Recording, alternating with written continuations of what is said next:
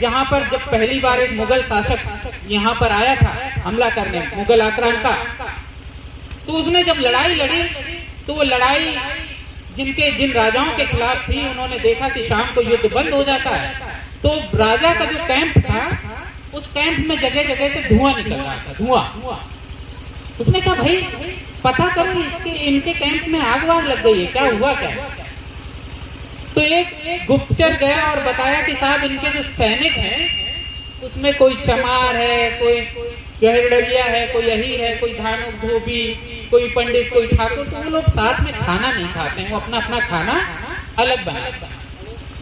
तो फिर इसके बाद उसने कहा अरे भाई हम तो जंग जीत गए, अरे जब ये साथ में खा नहीं सकते तो साथ में लड़ेंगे।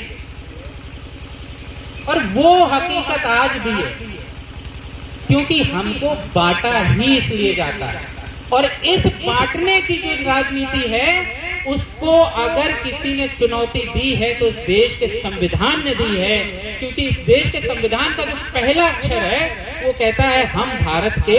लोग। उधर उद्देशिका पड़ी हुई है, उधर जो लगी हुई वहां पर पहला अक्षर है, संविधान शुरू होता है हम भारत के लोग। संविधान ऐसे नहीं शुरू होता है कि हम भारत के दलित, हम भारत के समझ, हम भारत के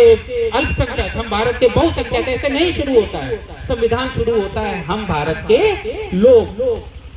हम भारत के लोग का मतलब मैं सच बताऊं तो ये है कि जहां तक मेरी आवाज जा रही है, जो लोग अपने घरों में भी हैं, इस देश का संविधान आपको भी उतनी ही जिम्मेदारी देता है जितनी जिम्मेदारी मुझे, अवनीश भाई या दूसरे लोगों को मिली है।